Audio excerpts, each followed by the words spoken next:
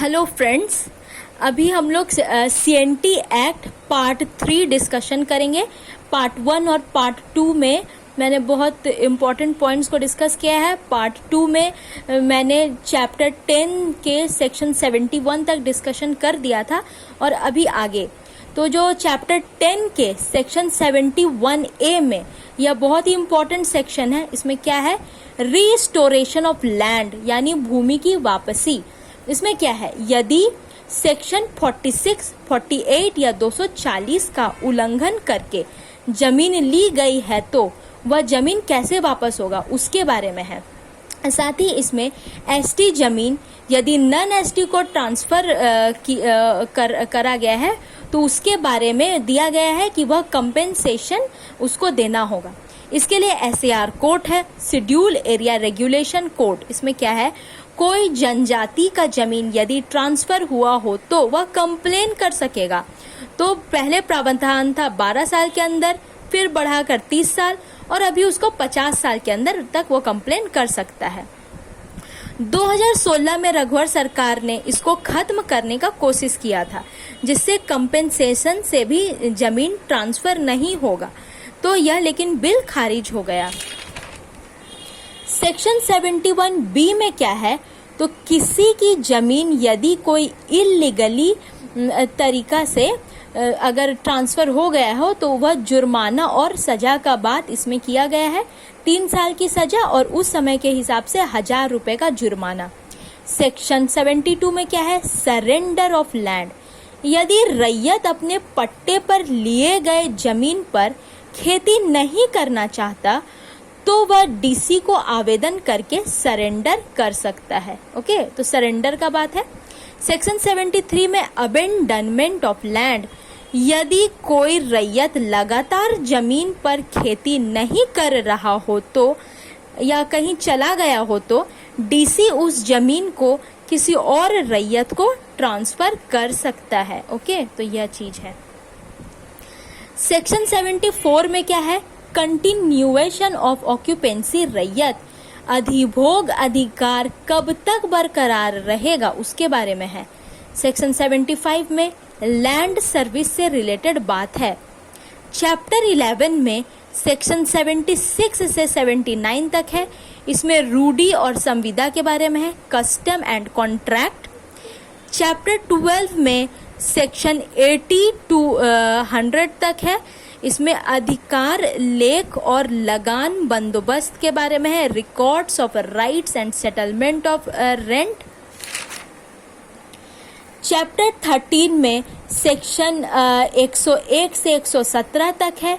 इसमें भूमि संबंधी शर्तें और रूपांतरण और उनका अभिलेखन है।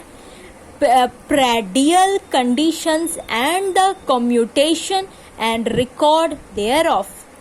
चैप्टर 14 में सेक्शन 118 से 126 तक है। भूस्वामी के विशेषाधिकार युक्त भूमि के अभिलेखन के बारे में है। Records of landlords and privileged land. Chapter 15 में सेक्शन 127 से 134 तक है। खूटकटी अधिकार प्राप्त रैयत, ग्राम प्रधानों एवं काश्तकारों के अन्य वर्गों का अधिकार अभिलेखन। Record of rights and obligation of raiyat having khuntkatti right, village headman and other class of tenants के बारे में है। चैप्टर 16 में सेक्शन 135 to 229 तक है। इसमें उपायुक्त द्वारा संज्ञेय मामलों में न्यायिक प्रक्रिया, तो बहुत इंपॉर्टेंट है। चैप्टर 13 जुडिशियल प्रोसेस के बारे में है। Judicial procedure in matters cognizable by deputy commissioner. Chapter 16। Chapter 17 क्या है? सेक्शन 230 से 230 तक है। परिसीमन लिमिटेशन के बारे में है। चैप्टर 18 में है सेक्शन 239 से सेक्शन 256 तक है। मुंडारी खूटकटीदार के विषय में विशेष बात है, स्पेशल प्रोविजन टू मुंडारी खूटकटीदार। और चैप्टर 19 लास्ट 257 to 271 तक है। अनुपूरक उपबंध सप्लीमेंट प्रोविजंस है। तो देखिए जो मैंने लास्ट वीडियो है CNT एक्ट का पार्ट 2, उसमें जो भी इम्पोर्टेंट सेक्शन था उसको बहुत अच्छे से डिस्कशन किया है, तो उसको आप लोग जरूर देखिए। ये सारे जो सेक्शंस और चैप्टर्स है ये उतने इम्पोर्टेंट नहीं है, इस वजह से मैंने डिटेल में डिस्कशन नहीं किया। अभी एक और कुछ इम्पोर्टेंट बात है वो भी देख लेते हैं। CNT एक्ट 1908 लागू होने के बाद भी कुछ जो है इम्पोर्टेंट कानून आया, मतलब बदलती जरूरतों के साथ कुछ कानून आया। क्या क्या? छोटा नागपुर भूधारक लगान लेखा अधिनियम 1929, रांची जिला आदिवासी रैयत कृषि भूमि प्रत्यावर्तन अधिनियम 1947, रांची जिला टाना भगत रैयत कृषि भूमि प्रत्यावर्तन अधिनियम 1947, बिहार शेड्यूल एरिया रेगुलेशन 1969। तो ये सब तो फ्रेंड्स, मैंने CNT एक्ट को पार्ट 1, पार्ट 2 और पार्ट 3 ये तीनों में अच्छे से डिटेल में डिस्कशन कर दिया है।